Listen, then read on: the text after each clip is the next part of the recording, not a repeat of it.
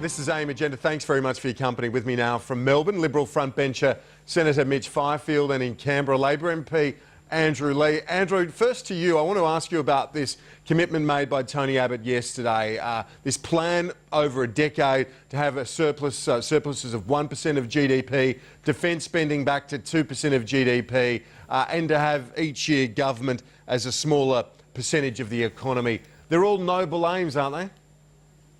Well, the surplus pledge is a noble aim indeed, Kieran, and people may have noticed that it's the same as you'll see in the budget papers. So after railing against Labor running small responsible deficits, Mr Abbott is now committing to the same macroeconomic timetable as Labor has already done in the budget papers. But he has a problem, Kieran. I mean, he has this extremely expensive parental leave plan, $22 billion. And then on top of that, he's got $8 billion in restoring the private health insurance rebate to millionaires. Two policies that benefit the rich far more than middle Australia, and which will blow a $30 billion hole in the budget.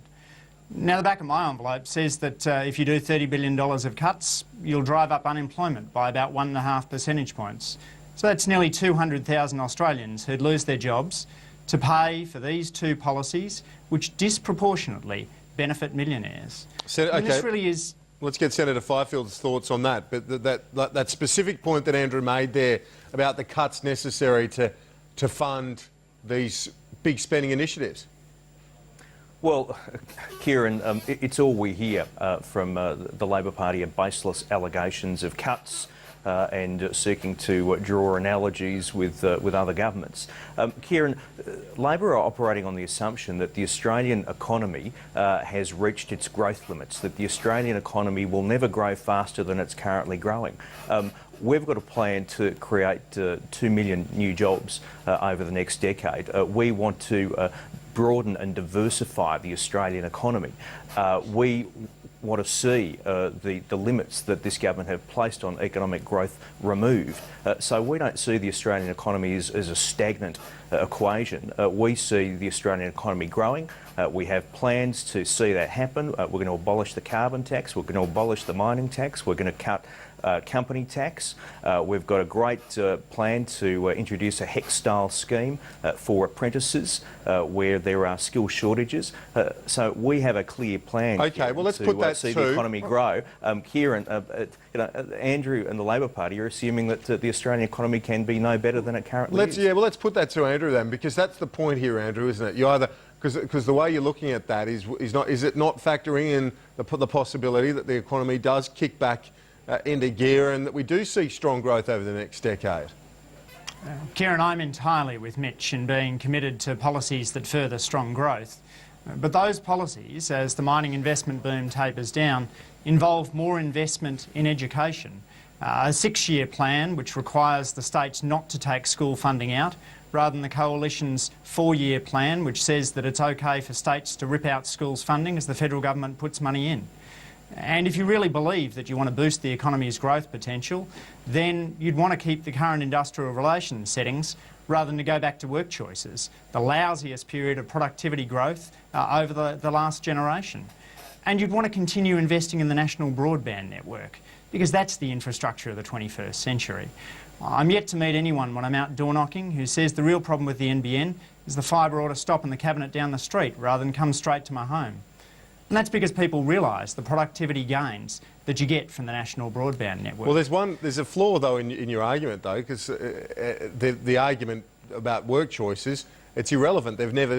Tony Abbott has made it pretty clear that that's not where they're heading. So that's one big component of your argument there which has a flaw in it. And I put it to you again, that if the economy does grow much more strongly, admittedly, than Treasury's forecasting, that they will be able to meet those goals anyway. And they're saying they're going to take the burden of those taxes, carbon and mining taxes off, red tape off, and then that will foster growth in the economy. What do you make of that argument? Kieran, I'm all for growth. Look, I mean, as you know, my background's an economist. We love growth. But you need to have clear policies that are going to do that. The Coalition's policies, giving the private health insurance rebate back to millionaires, won't boost growth. As Saul Eslake has pointed out, giving $75,000 to millionaire families to have children That's not going to boost growth. I mean, the Coalition, they look at a kid born with a silver spoon in his mouth and they say the real problem is you don't have a golden spoon. Here's a golden spoon for you, and by the way, here's a plastic one for the working class kid down the road. That's not going to boost growth, Kieran. And at the same time, the savage cuts that they have to impose, that will hurt growth. Senator, let's bring in Senator Fifield on the cuts, because this is the question that that's being asked. I spoke to Christopher Pyne about it. I suppose people just wondering where the numbers are going to come from. It's not going to all come from the public service, is it? You've said there'll be 12, I think it was $5 billion saved through cuts to the public service, but where's the rest of the money? Look, Kieran, we will have responsible savings. We've announced $17 billion of savings so far. We'll have a little more to say about savings later this week, and we'll produce our full reconciliation after we've announced all our policies, and we'll do so before Labor did in the last two campaigns, 5 o'clock. The Friday before the election. Don't worry, we will do much better than that. But Kieran, I've just got to pick up something Andrew said before. He said, you know, we're all for growth and, you know, they're for surpluses too. The only problem is they're incapable of delivering stronger growth. They're incapable of delivering a budget surplus. It's great to be for something, but you've actually got to have the capacity to do it. And this government, not in a single budget, has delivered a budget surplus. And what they're saying to us is, look, we know we couldn't deliver a budget surplus in our first term. We know we couldn't deliver a budget surplus in our second term, but no, wait, trust us, believe us, in our third term or fourth term, maybe we might deliver a budget surplus. The best predictor of future behaviour is past behaviour. These guys can't manage money. What about the cuts that are out there already? This $5 billion cut that's been put out there, booked, when it goes to the public service. Senator Fifield, the government argues that advice from the Parliamentary Budget Office suggests that to get $5 billion in savings, it'd have to be 20,000 bureaucrats would lose their jobs, not 12,000, as you've previously said. Well, Kieran, it's quite strange. This government say that they're for surplus budgets. They say they're for savings, but apparently the only savings which are good and decent are Labor savings. Apparently any savings proposed by the Coalition are inherently bad and evil. This is absurd. We all know that the government is living beyond its means. We all know that this current government is practising intergenerational theft, that they refuse to live within their means, they're reaching their hand forward to take money out of the pockets of future generations. Government has to cut its cloth. We'll do so responsibly, we'll do so carefully, we'll do so prudently. We did it under the Howard Costello government. We repaid $96 billion of Labor debt.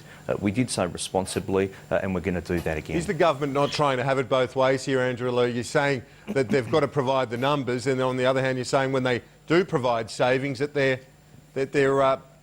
making the wrong cuts. You've got to. It looks like, as I say, you're trying to have it both ways here. They're providing the savings, and you're critical of those. When they don't, well, you're critical anyway. You're telling me we can't have both transparency and accountability, Kieran? Certainly what we've seen from the Coalition is very different from what we saw from Labor in 2007 and even the Coalition in 2010. In both those campaigns, every time opposition's brought out a policy, they laid out very clearly how it would be paid for. The Coalition's done that with one of their policies, the repeal of the carbon price and the mining tax. All of their saves, $12 billion, add up to the $12 billion they lose there. That means their company tax cut is unfunded. It means their paid parental leave plan is mostly unfunded because the company tax levy covers less than half of it. And it means their $8 billion of private health insurance rebate give back to millionaires, that's unfunded too.